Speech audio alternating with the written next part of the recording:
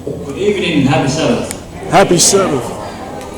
For those who do not know me, my name is Devante Smith and I attend the Seventh-day Adventist Church in Blacktown. I would like to thank Auntie Biddy and the church for giving me the ultimate privilege to preach God's message today. Before I begin, I would like to start in a word of prayer. For those who are able, can you please kneel with me?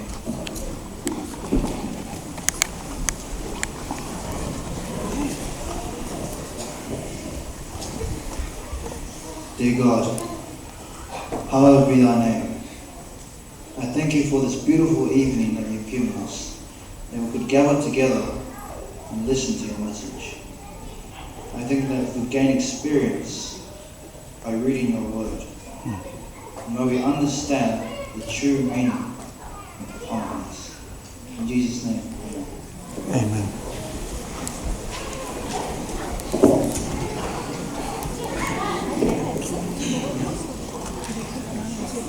Today I'll be preaching from the book of 2 Chronicles chapter 7 verse 14.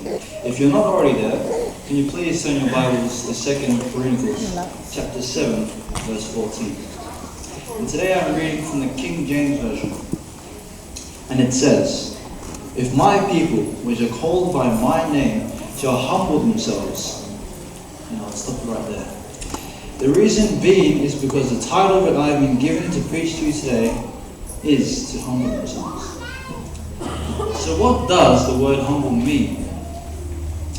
In the New Strong's Concordance of the Bible, in reference 3665, that's 3665, in the Hebrew Concise Dictionary, the meaning of the word humble in Hebrew is spelled with the letters K, A, N, and A, but pronounced as Kana. Kana. And the meaning of this word is to bend the knee. What a simple but precise definition. If you think carefully, all you have to do is bend your knee and you will be in a state of being humble. And that is exactly why I wanted to start this sermon with a prayer on our knees, so that we could humble ourselves, not towards me, but towards God. Amen. Turn with me in your Bibles to the book of Philippians, chapter 2, verse 7 and 8. That is the book of Philippians, chapter 2, verses 7 and 8. And it says, "But made himself of no reputation, and took upon him the form of a servant, and was made in the likeness of men. And being found in fashion as a man, he humbled himself and became obedient unto death, even the death of the cross." Jesus throughout his life did not show 1 ounce of pride.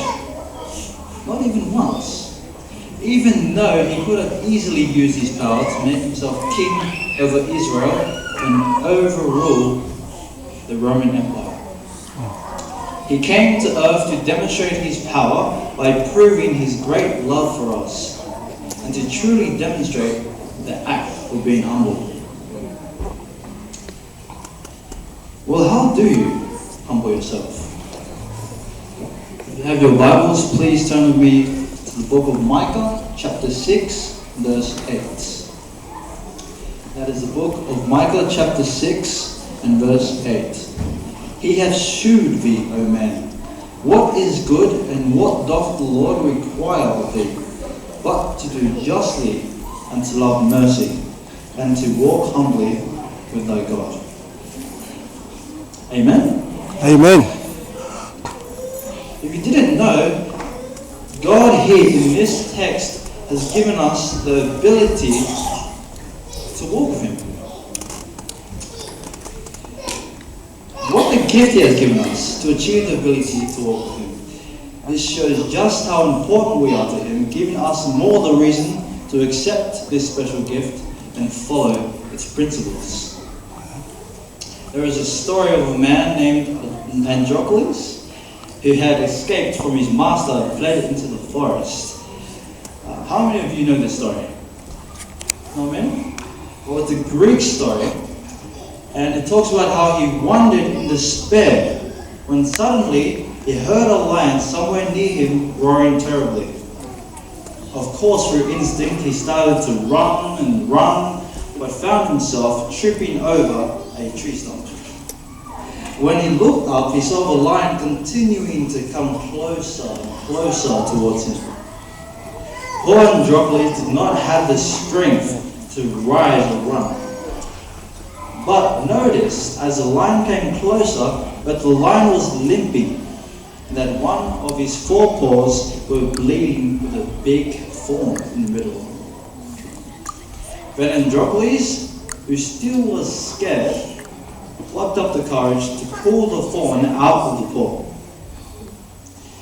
The main point I wish to share is that the lion in this story gave his full trust and humbled himself so that Androcles could help him.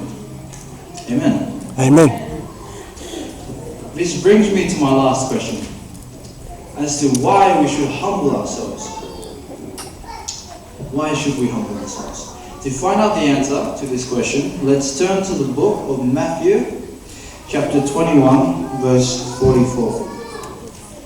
That's the book of Matthew, chapter 21, verse 44. And whoever shall fall on this stone shall be broken, but on whomever it shall fall, it will grind him to powder. This verse talks about Jesus being the stone and us being the ones who either choose to fall down and humble ourselves or be crushed by our pride. Amen. Amen. The last illustration I would like to share with you is found in Luke chapter 15, verse 11 to 32. This is a story of the prodigal son. And I'll paraphrase this. There is a rich man with 2 sons, and one day the younger son decides to take all of his inheritance and move to a far country. He then spent all his money on whatever he pleased, but a while later he realized that he had spent all of his inheritance and was in despair. He then went to a citizen of that far country who sent him into the field to feed the swine. During this period of time, he began to realize that his father's servants were way better off than him. So he decided within himself to go to his father's house and tell him that he did not deserve the title of being his son. Remember, at this point, you would be in despair and you would have nothing left from being rich to being in poverty. He then humbled himself and requested of his father would accept him as one of his servants. I'm sure all of you know the ending of this story.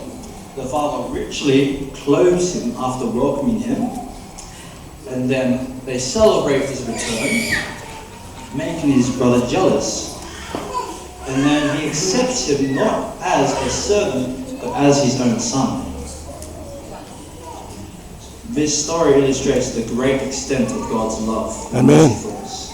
Amen.